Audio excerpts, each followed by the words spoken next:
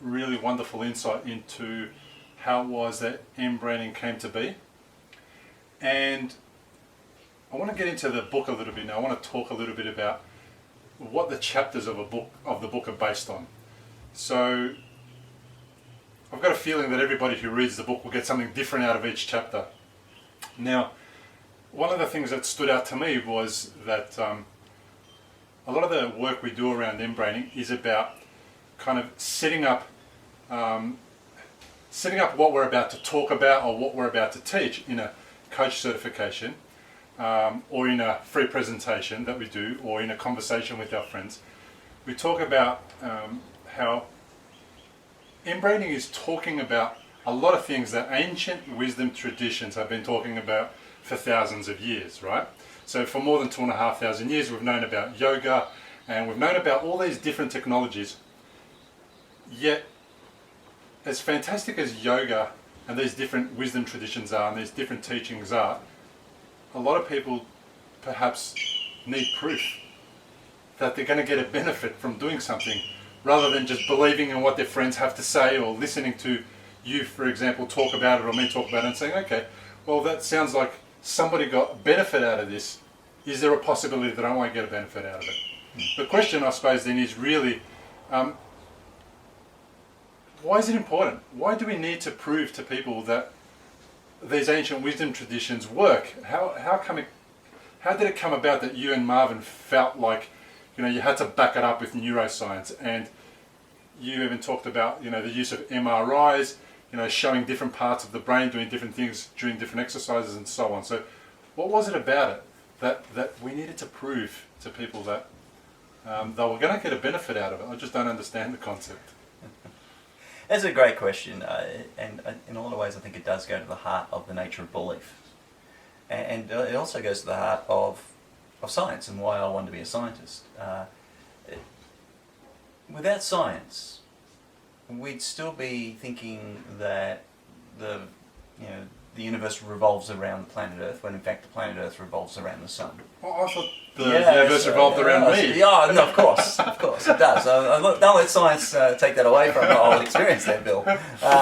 And yet, science has been allowed us to construct, because science is a set of provisional beliefs, but they're provable beliefs. That, in a sense, they're generalizations that or maps for the territory of the world, and they want to be veridical, truthful, accurate. And so that what you want is that when you express some generalization, some belief about the world, you know that regardless of whether or not you want to believe it, you could construct an experiment and get the results repeatably, right, anywhere on the planet, regardless of whether you are coming from a particular belief structure, like, you know, say I'm a Christian, or I'm a Muslim, or I'm a Buddhist, or whatever, and I have a completely different world model and belief about the world and the nature of the world. But with science, you can construct an experiment that proves, demonstrably proves that whatever this presupposition is, or whatever this generalization is actually a reasonably accurate representation of the world. Right. Out of those scientific theories, you can then actually develop technologies. You can construct things like mobile phones and cameras that can record interviews, and build an internet that allows for these things called electrons. And we understand enough about how electrons work to be able to communicate both with wires and wirelessly across the whole damn planet. And that we couldn't do that when we didn't have science to produce technologies, because we're stuck in an age of mythology. Right. And so it's true that we've had, for a couple of thousand years, across different parts of the world, whether it's Chinese ancient Taoist traditions, whether it's the yogic Ayurvedic traditions of India, whether it's the Bon Po of Tibetan Plateau, American Indian, etc., etc. There's so many different wisdom traditions, and they're all pointing to the same place. They've all got slightly different words for the same things, and they've got what you could call behavioural technologies, but there's no science to back them up. Right. There is some, in a sense, ancient science, but not modern science with its ability to stick neural networks into fMRIs, or attach electrodes and see repeatedly, regardless of your placebo effect and belief structures, you can actually see these things and scientifically validate them and disprove or prove the alternate hypothesis, etc. So you can construct valid scientific evidence that is great for the head brain to be convinced. Right. Now, we live in a world where technologies, our head brains are largely convinced because the technologies that have come out of the science over the last 100 years, 200 years, have validated that the science and theories work, because we produce technologies that produce results. Every time you turn your car on, it generally starts. Yeah. Every time you turn your TV on, it starts. Every time you connect the internet, it starts. It's not like you have to hold your mouth just right, or the wind has to be blowing. It's like some days it works. TV antenna. Yeah, that's right. Oh, there is that. Some days it works and some days it doesn't. Within the limits of some of these technologies, there's things like the TV antenna, because you weren't quite getting the radio waves going right. But within it all, it's repeatable. So it seemed to me really important to be able to, given that when NLP was developed by Banner and Grinder, NLP is now 40 years old, celebrating its 40th birthday this year. When NLP was first developed, there was no fMRI, there were no PET scanners, there were no ability and inexpensively, because the cost of using these technologies has dropped and dropped and dropped because of Moore's law. It allows now for some incredible insights with a real solid scientific basis to what's going on in the mind-body system. Right. And so given that in the last decade they've discovered these brains in the heart and brains in the gut that nobody really knew about, well, when I say nobody really knew about, let's just take a step back here for a second, because over 100 years ago, back in 1895, Byron Robinson, MD, who was a Western allopathic medical doctor, he was an anatomist, he was writing anatomy textbooks, and he wrote a book about the enteric and reproductive brains. He said he'd found evidence for a neural network in the in the gut and reproductive regions.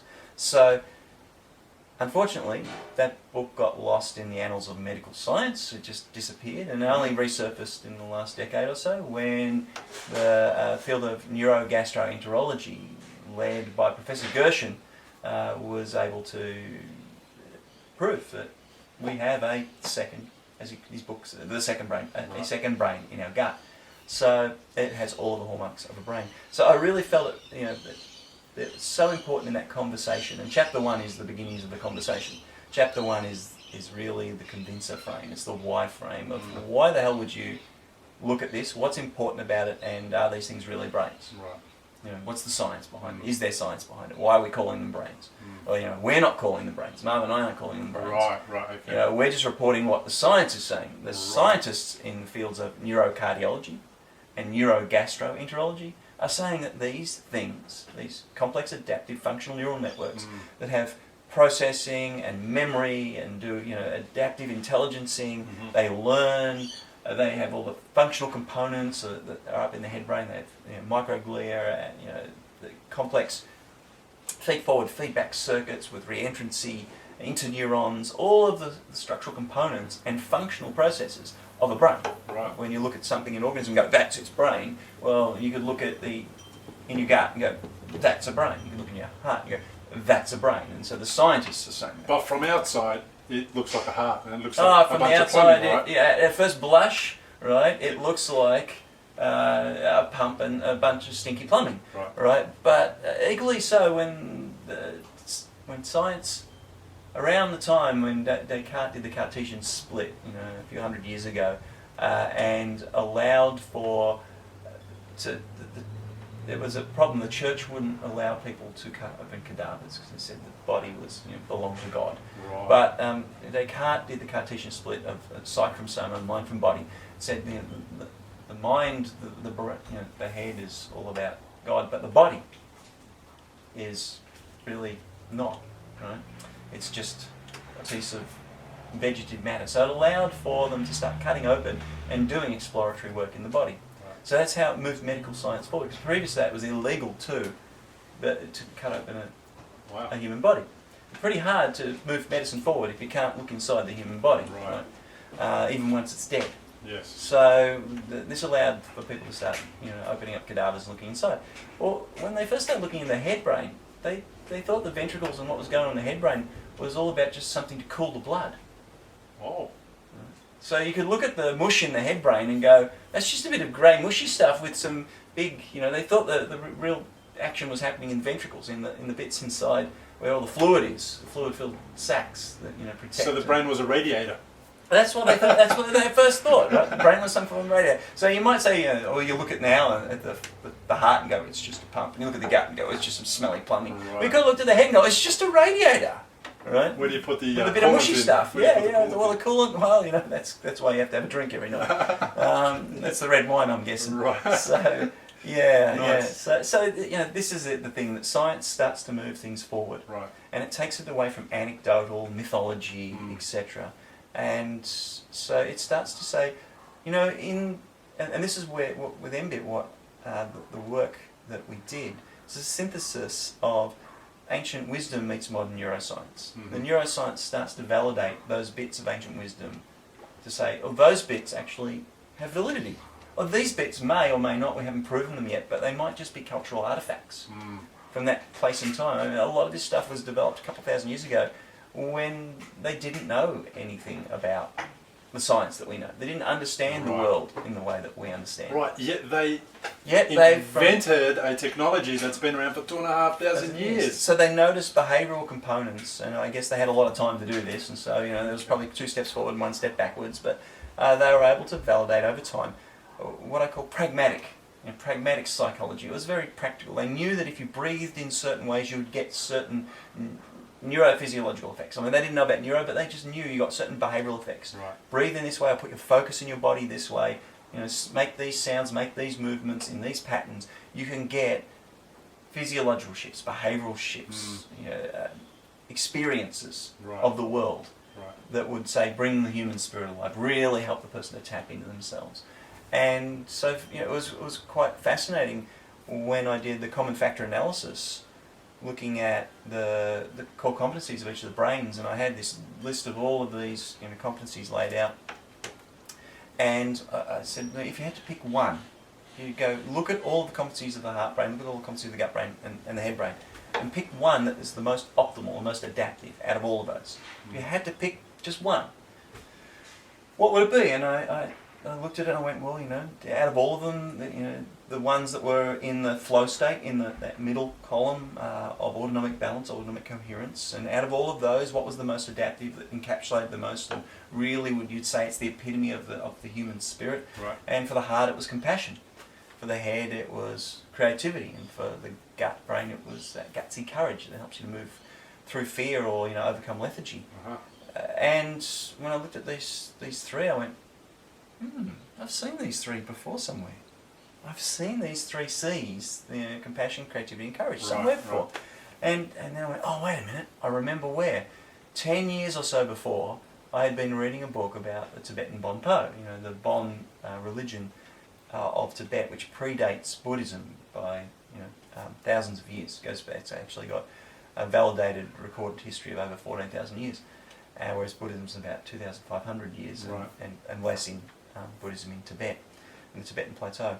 So the Bonpos had said that if you want to live a truly wise life, you need to master 3 virtues. And if you mastered these 3 virtues, you could be said to have lived a wise life at the end of your life. And one was compassion, which they imbued in the heart. One was creativity in the head. The other was courage in the gut. And I went, oh my God, these guys have known about this for thousands of years, and they've come up with exactly what, after I did all the neuroscience, behavioural modelling, common factor analysis, then extract one, the most adaptive out of all of these things.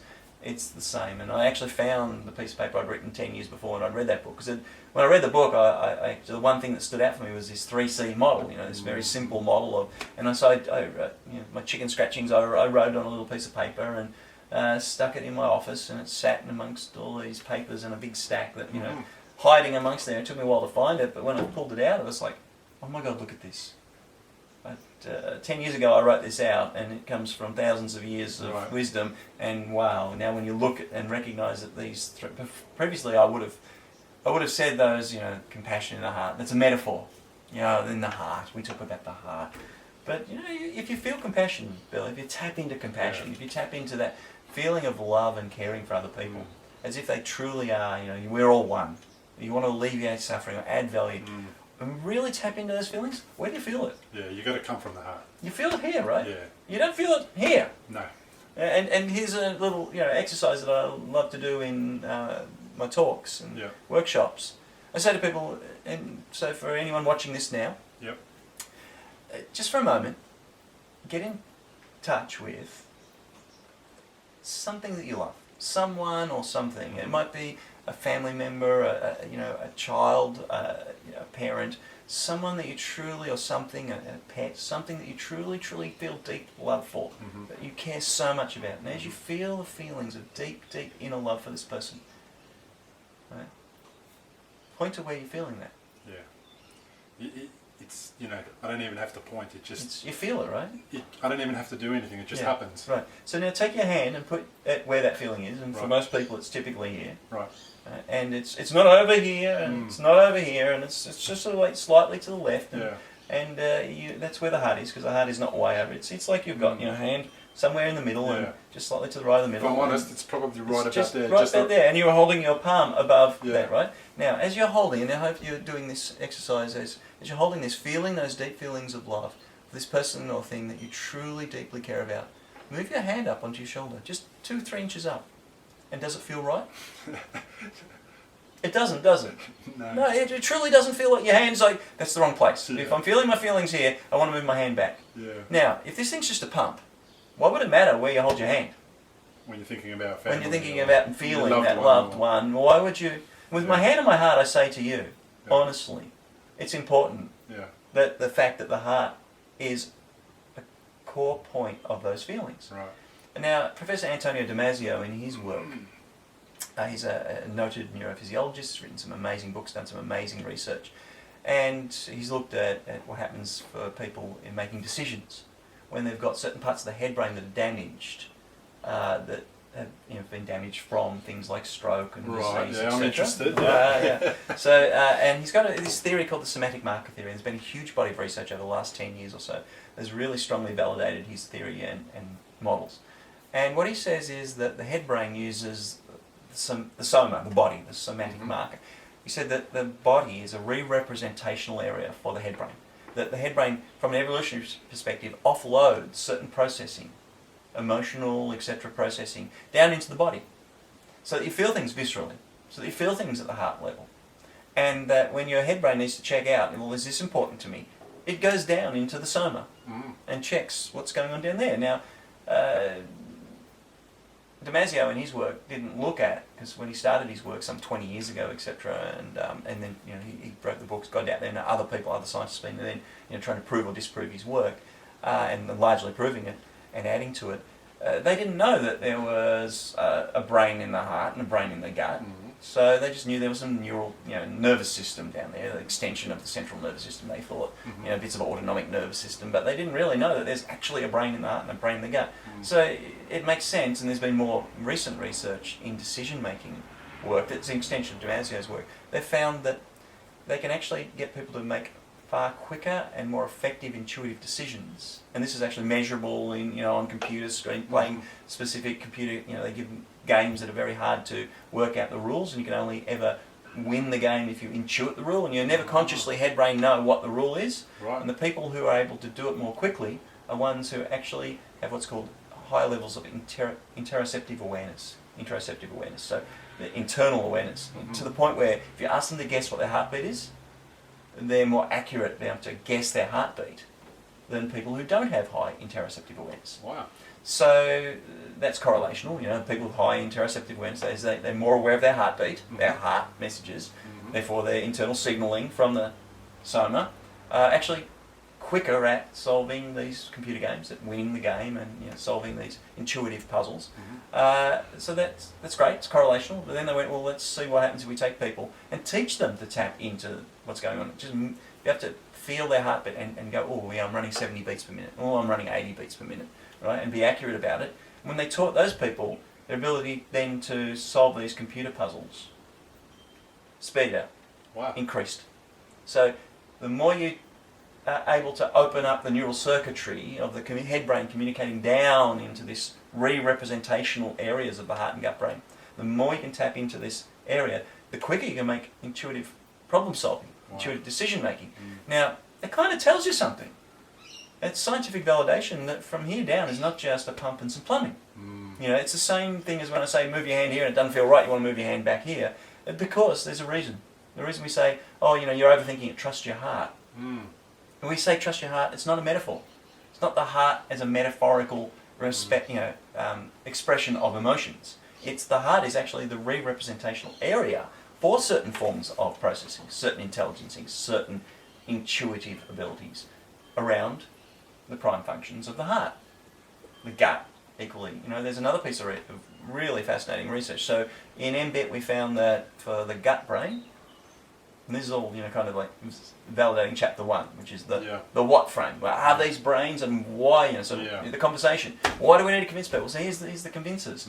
A new piece of research is only less than 6 months old, and I really love this because it's in rats, not humans. In humans, you can go, oh, it might be a placebo effect, right? You might have influenced the human to make a decision. In rats, it's pretty hard to get the human's thoughts and feelings have influenced the rat. Not impossible, but much less likely to have a placebo effect on a rat from the fact that the researcher is attempting to prove or disprove a certain theory. Right. So what they did was they took rats and they cut the vagus nerve. Now the vagus nerve is the nerve channel that runs between the head brain and the heart and gut brain. Right. Now, there's also some nerve channels, but the vagus is a real superhighway for information, and largely parasympathetic information.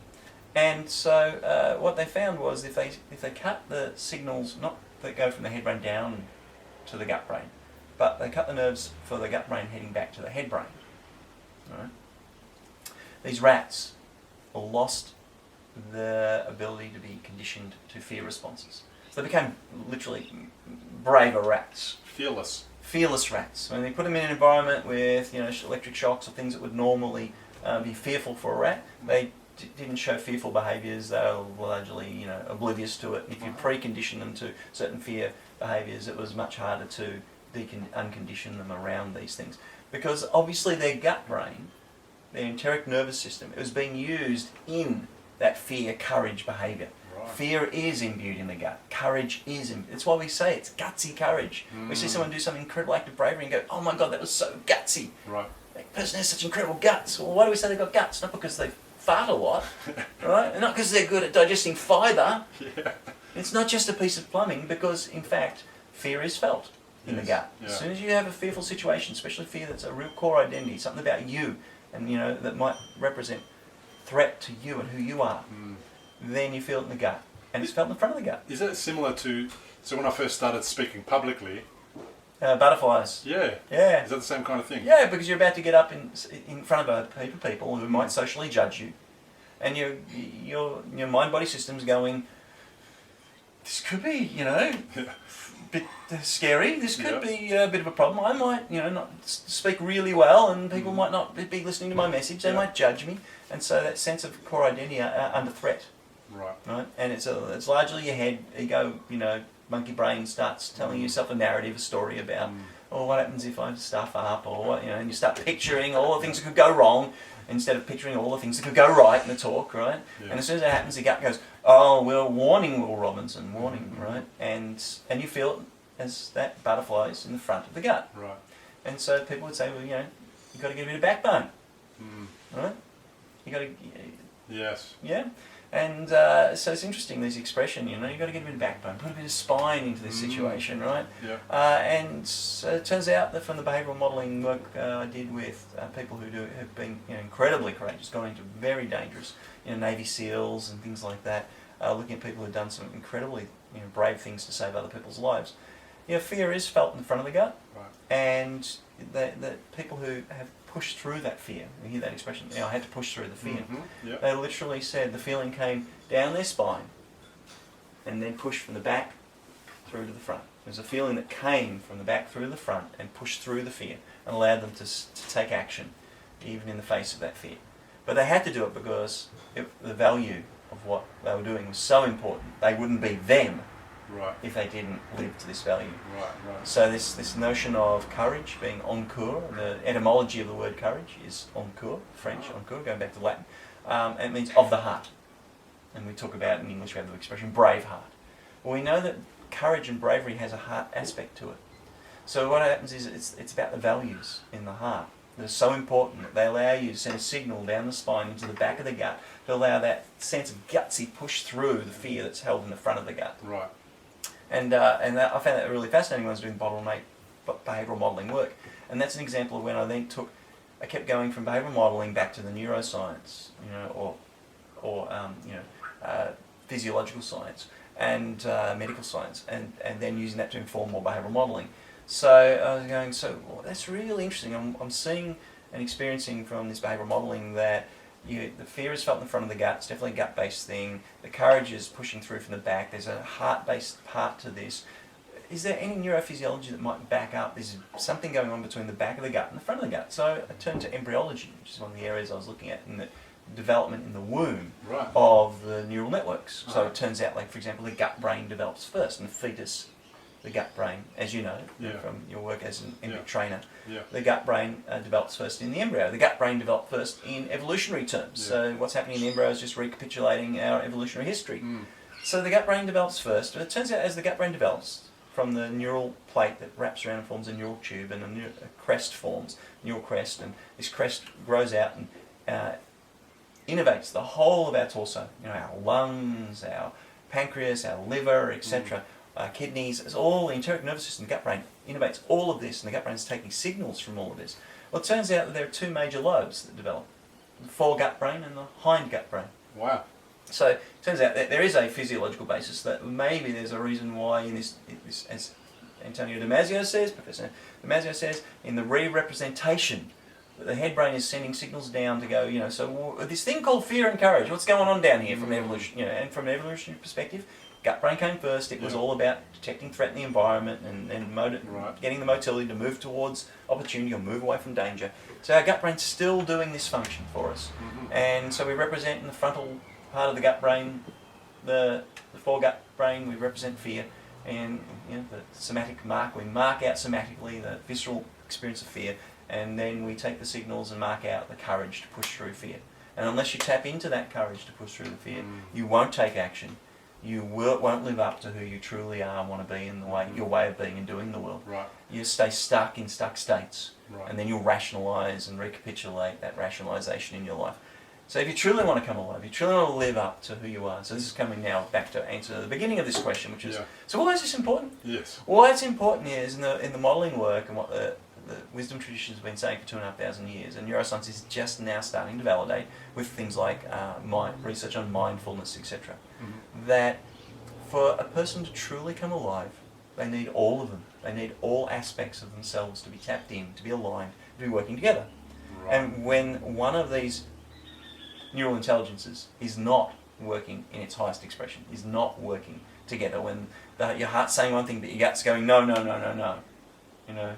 When your gut is reacting through fear but your head is running a head trip on you, then you're not going to do your best work. You're not going to make your wisest decisions, and you're not going to truly come alive.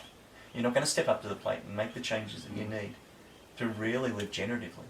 You're going to recapitulate the status quo, rationalise why the hell you had to do that, and keep living a life that doesn't bring you alive. So that's why, harking back to our first conversation, you're saying, when certain things happen in an MBIT coaching experience, when certain things, processes are run in an MBIT trainer's training or a coach cert training, you get to experience the whole of you from your highest expression, your neural networks in their most adaptive state, all communicating, lining up, and coming alive. When you do that, amazing things start to happen that you don't have to consciously think about anymore. Stuff just starts to happen in your life, and it's very generative. And that's, as we say in MBIT, it's very ontological. Your way of being and doing changes. Ontology is the study of beingness.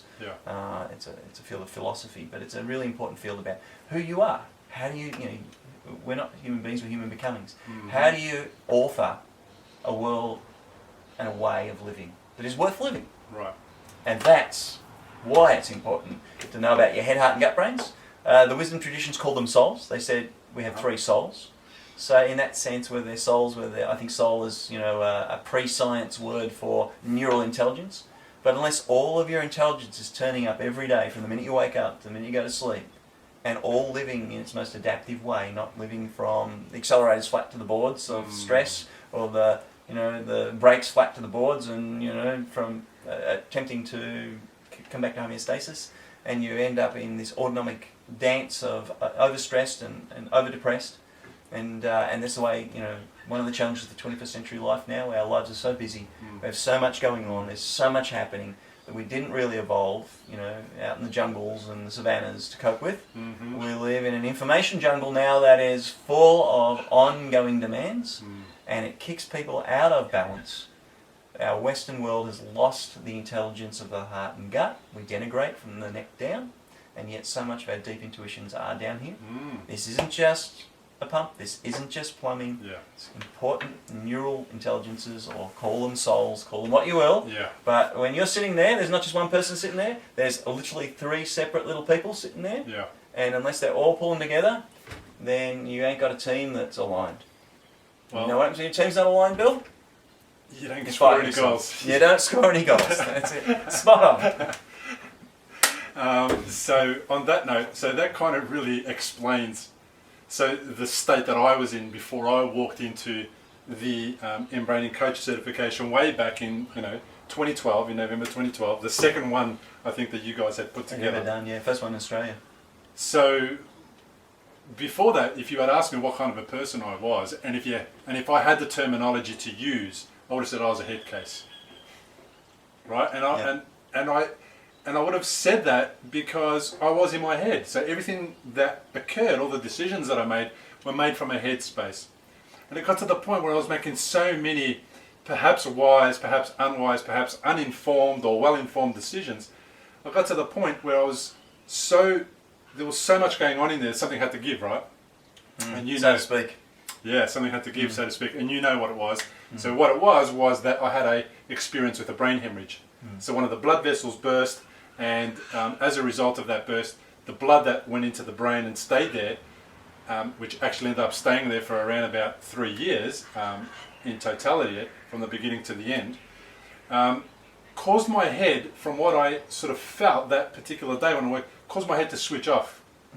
And if somebody had told me, come and do this course, and my head wasn't switched off, I would have had 1,000 reasons why I couldn't do it. I couldn't do it because I was too busy at home. I couldn't do it because I was too busy at work. You know, my clients were demanding. There were so many things why I wouldn't be able to do it, right? Yet for the first time when I walked into that course, knowing that my head wasn't working properly, but I didn't know how to put it in MBIT perspective words, like from an MBIT perspective, I couldn't describe it. I could just say, I've had a brain hemorrhage, and as a result of that, I'm suffering some side effects. One of the first things that I remember you and Marvin said was, did you know that you have a brain in your heart and in your gut as well as in your head? And from my perspective, I thought, whoa, how cool is that? Like, this one's on the blink at the moment, and I need a couple of extra brain cells, you know? Cool, I've got an extra couple of spare PCs sitting there, right? That's right. This particular CPU not working, but don't worry about it. That's We've right. got a couple other ones that do some pretty damn important things. That's right. But see, what was beautiful about that was that I didn't have to make it happen. The guided process that we went through over those 4 days just created it and allowed it to occur. And when it was occurring, I found myself making some really amazing decisions around my family and friends, around experiences that I had put off for financial reasons, or for all the things that we come up with why we don't do things. And it was just really transformative. So although I didn't need to be convinced because of my situation, now I can see why it's beneficial to sort of have something to perhaps get those people over the line, the ones that need to know, why should I be there? If I was okay, if I hadn't experienced a brain hemorrhage, I might have said to you, Grant, why do I need to be there? So I think that's a really awesome answer to my question, and I really think it's something, there is something about telling people, just go with your gut, follow your heart and go with your gut, and give yourself an opportunity to discover something, get your head out of the picture, and hopefully don't wait until something serious happens, like me, to get the head out of the picture, and just follow your heart, go with your gut, do something different. Yeah. Yeah, spot on, spot on. The one thing I will say though is that for those of us who are very, useful and focused head brains, and of course, as a scientist, I come from a very big, head brain space. It is important to have that head brain convinced. In your case, your head brain was offline for a bit because of the brain hemorrhaging, etc. It was just, it was having a little rest for a while, right? Yeah. For those of us who are still, the head brain's running amok. Yeah. The beautiful thing about mBit and mBraining is the neuroscience backs it up, and there are studies coming out on a weekly basis that I just keep coming across many different areas of science and business that are validating the work again and again and again, and adding to it, because I haven't stopped doing research on this. So it's wonderful that the head brain can get convinced now, because if we'd said just follow your instincts and don't trust your heart, etc., we could have said that 5 years ago before mBit was around, and said go study Buddhism, or go study meditation, or go study yoga, and those people already intuitively tapped in down here were already studying those things. They're already doing the yoga, etc. Right. Although it's really fascinating because one of the early people in the UK who got into mBit, and he's somebody who's studied NLP, so he's an NLP trainer, and he's studied a lot of Sufi wisdom and yogic traditions and meditation, and he's a meditation teacher, etc. He's studied heart math, and he's a heart math trainer and provider, etc. And so he's got across all these things, and he said, it's really interesting. He said, do you know what the M in mBit stands for? And I went, well, I think I do, because we came up with, I think I do, but it's your word. Yeah, it's an interesting question. You must have asked it for a reason. Tell me, what does the M stand for? And he goes, well, when I studied NLP, it was fantastic, it was really profound, but it seemed like there was something missing. I went, yeah, I know what you mean. And he said, I studied meditation, and I trained it and taught it, etc. But it seemed like there was something missing. I used to study heart math, it's fantastic, it's brilliant, I go, train people in it, I use technology, but it still felt like there was something missing. And he said, across all these different modalities, it all felt like psychology, it just felt like there's something missing. He said, and then I came across mBit, and he said mBit was the missing bit. The M stands for missing. It's the missing bit. He said mBit is like the axle, that the spokes of the wheel all come to. It's the bit that is beautiful. It explains with its neuroscience, but neuroscience meets ancient wisdom. It explains why yoga works when it works, why NLP works when it works, etc. Because when you do something with NLP, it's not just the head brain that's neuro-linguistically being programmed. Right. It's the whole mind-body system. It's the body-mind, of which is made up of a distributed series of brains. Wow. And we can talk about them as 3 brains, but really it's one braining system. Right. Which is probably one of the questions you're going to be asking soon, which is why is it called mBraining? Yeah. And so it's a whole mind-body system that is multiple braining. Right. That is you are doing NLP, psychology, sales, negotiation, any human process where 2 humans are working together, or when 1 human is working within their own system to attempt to communicate and influence themselves to do something in the world, involves head, heart and gut. These 3 souls, these 3 neural intelligences. So mBit is the missing bit, and that's why I think it's really important to have to explain that to the head, because the head in our culture, in the Western culture, largely drives the bus. Yes. Right, and it can run amok. So we can now give it a really cohesive, scientifically based story to go, here's why you're going to learn to tap into your deeper intuitions, and here's how, which is the pragmatic. It's the so what test. We have pragmatic how for how to do wiser decision making, wiser living in your life. Right. And it's not about someone else telling you what wisdom is. It's about you coming to your own wisdom, which is inherent with all of us. Well, that is Isn't amazing. that a powerful story? That is beautiful. So on that note, we're going to end this episode. And now that the cockies have stopped making noise and stealing our thunder, I thought they were adding to the message myself. Yeah, they were probably adding it in some way, shape or form. Intuitively. Yeah. So I wanted to just, so if anyone wants to look up some of your work or get some more information online, where would they go? Yeah, mBraining.com. mBraining.com. You go there, we've got heaps of white papers, articles, interviews with all sorts of experts from around the world whose own work supports or validates in some way the MBIT thesis. We've got spreadsheets that reference, like the first 600 odd references. I stopped putting them in the spreadsheet after that. I've got thousands of data points now that validate mBraining. And we continue to write articles, working with an associate professor over in a university in New Zealand, doing research on MBIT. We're writing up articles that will get published in journals. So all of this stuff is available on mBraining.com. Okay. And of course, read the book. Yeah. All right, awesome, Grant. Thanks so much. And we'll see you guys on the next episode. Thanks. Thanks, everyone.